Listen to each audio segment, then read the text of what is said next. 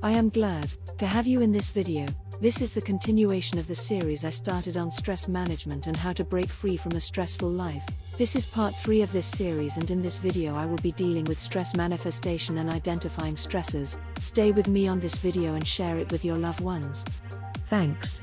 Let's begin. Stress manifestation. Stress usually takes a toll on us emotionally as well as physically. Many people who have been exposed to a series of stressful situations are diagnosed with anxiety disorders. Anxiety disorders encompass an entire range of symptoms. All anxiety disorders have one thing in common, and that is that the desire for the person suffering from the disorder to control his or her environment. Obsessive-compulsive disorder is thought to be inherited, although it is a common reaction to stress. There is no specific gene that has been found that causes this disorder, yet, like most psychological disorders, it is common for someone who suffers from this problem to have close relatives who also suffered. Is this genetic or a learned condition on how to react to stress? People who suffer from obsessive-compulsive disorder usually cannot control their obsessive thoughts. They feel out of control most of the time, and, to combat this out-of-control feeling, they go through a series of rituals, or compulsions, that help them feel that they have some control over their environment. This can be washing their hands over and over, locking and re-locking doors, or even repeated praying. The compulsions make them feel as though they are in control. Anorexia nervosa is similar to obsessive-compulsive disorder. In this case, a person, usually a young woman, will actually convince herself that she is fat and proceed to starve herself, in some cases, to death. The root of the problem is usually a desire to control something within her environment that appears to her to be out of control.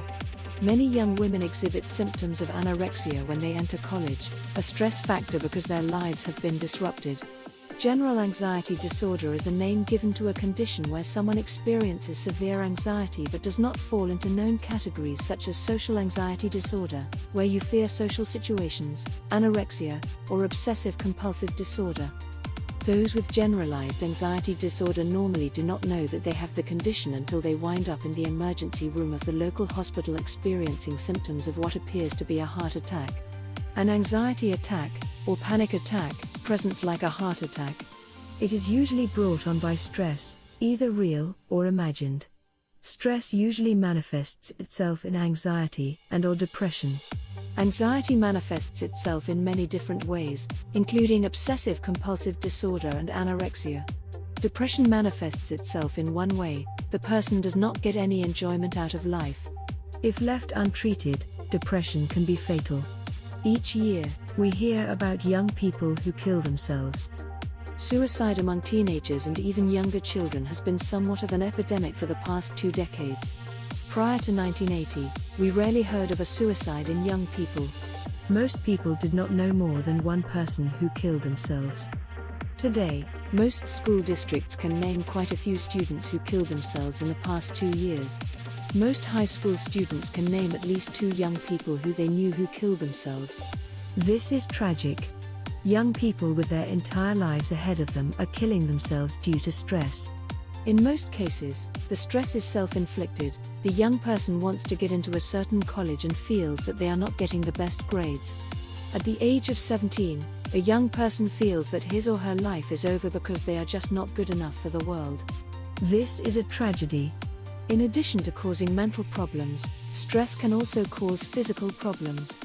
It is linked to heart disease and is considered to be one of the primary causes of high blood pressure, heart attack and stroke. People who are under a great deal of stress often get sick with colds or flu. Stress is said to actually harm our immune system. There are some indications that stress can also be a contributory cause of certain cancers. Although we cannot always control stressors in our life, we can learn how to effectively deal with stress so that it does not end up causing us either psychological or physical damage. We are all going to have to deal with stress in our lives, so it is better to know how to react to stress in a positive way so that we can control our behavior and not allow stress to become a health threat. Identifying stressors. Many of us may feel stressed out in our daily lives without knowing why.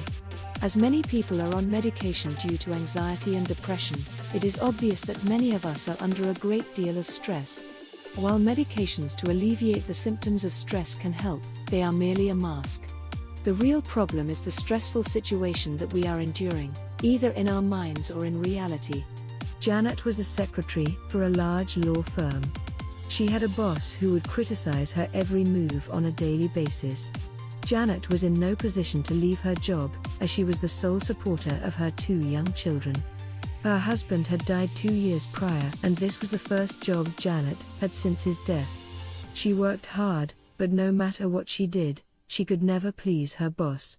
However, she had to work, so she kept her mouth shut and never said anything. Janet's boss had been through 3 secretaries in the past 6 months before he hired Janet. Although her boss was very critical, Janet liked the people with whom she worked very much and considered herself lucky to be able to earn enough money to keep her children in the lifestyle to which they had all been accustomed when her husband was alive. She considered herself happy. She felt that she was finally able to get on with her life after the unexpected death of her husband. She could not understand, therefore, why she felt anxious all of the time. Especially on Sunday evenings. One Sunday night she ended up in the emergency room of the hospital with heart palpitations.